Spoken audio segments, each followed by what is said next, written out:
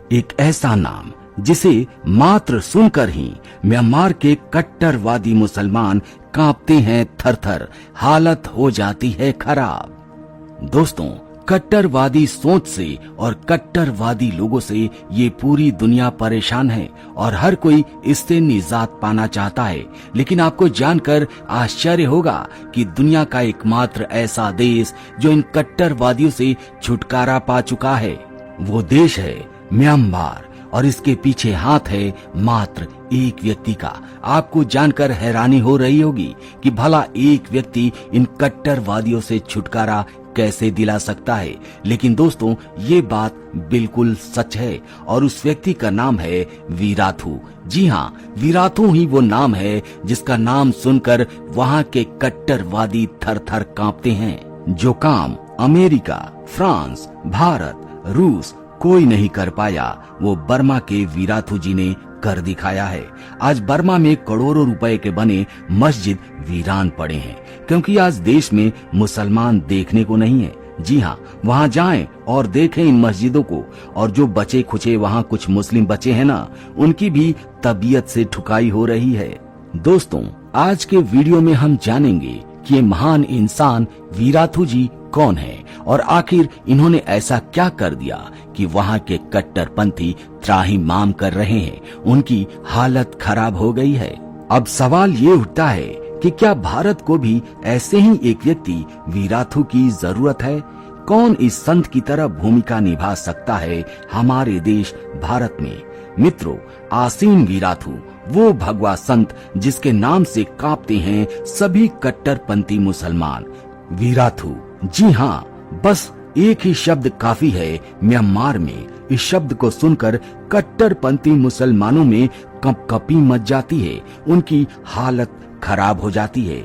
Burma के बौद्ध गुरु वीराथू जी ने आखिर किस तरीके से मुस्लिमों को भगाया या कमजोर किया, यही समझने वाली बात है। जैसे मुसलमानों में 786 का नंबर लक्की माना जाता है, वैसे ही वीराथू जी ने 969 का नंबर निकाला और उन्होंने पूरे देश के लोगों से आह्वान किया, उनसे रिक्वेस्ट किया कि जो भी राष्ट्रभक्त बौद्ध है वो इस स्टिकर को अपनी जगह पर लगाए। इसके बाद टैक्सी चलाने वालों ने टैक्सी पर इस नंबर को लगाया, दुकान वालों ने दुकान पर लगाया, इसको लगाना शुरू कर दिया।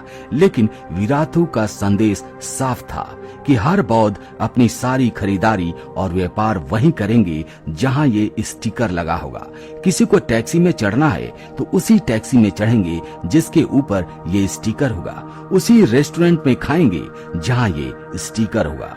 उन्होंने ये भी कहा कि हो सकता है ऐसी हालत में कट्टरवादी मुस्लिम सऊदी से आए पैसों के दम पर अपने माल को कम कीमत पर बेचकर आपको आकर्षित करें। लेकिन आप ध्यान रखना, आप 2 पैसा ज्यादा देना और सोचना कि आपने अपने देश के लिए पैसा लगाया है।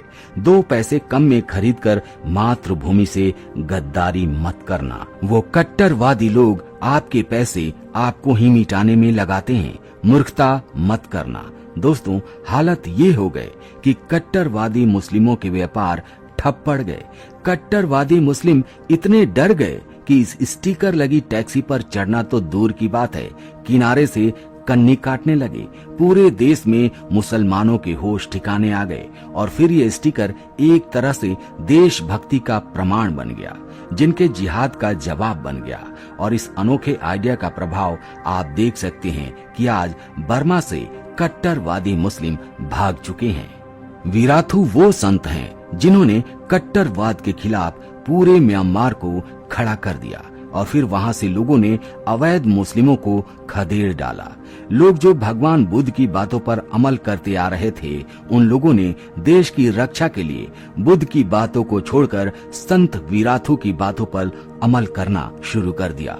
वीराथू ने कहा, चाहे आप कितने भी दयावान हो और कितने ही शांति प्रिय हो, पर आप एक पागल कुत्ते के साथ नहीं सो सकते, अन्यथा आपकी शांति वहाँ कोई काम नहीं आएगी और आप बर्बरता से खत्म कर दिए जाओगे। उन्होंने कहा कि शांति स्थापित करने के लिए हथियार उठाना होगा, शांति के लिए युद्ध भी जरूरी है। ये सारी बातें वीराथू ने गीता से सीखी थी और फिर कट्टरवाद की बीमारी झेल रहे म्यांमार के लोग एकजुट हो गए, वीराथू के लिए जान लेने और जान देने को तैयार हो गए। पूरे म्यांमार से अवैध मुसलमानों को खदेड़ा जाने लगा। वीराथू के प्रवचन को अगर कोई सुने तो उसे लग सकता है कि शांत स्वरों में मोक्ष प्राप्ति की बात चल रही है। जी हाँ दोस्तों, ये हमारे लिए बड़े गर्व की बात है कि वीराथू जैसे संत भी हमारी भगवत गीता को पढ़ते हैं और वहीं से वो सीख लेते हैं।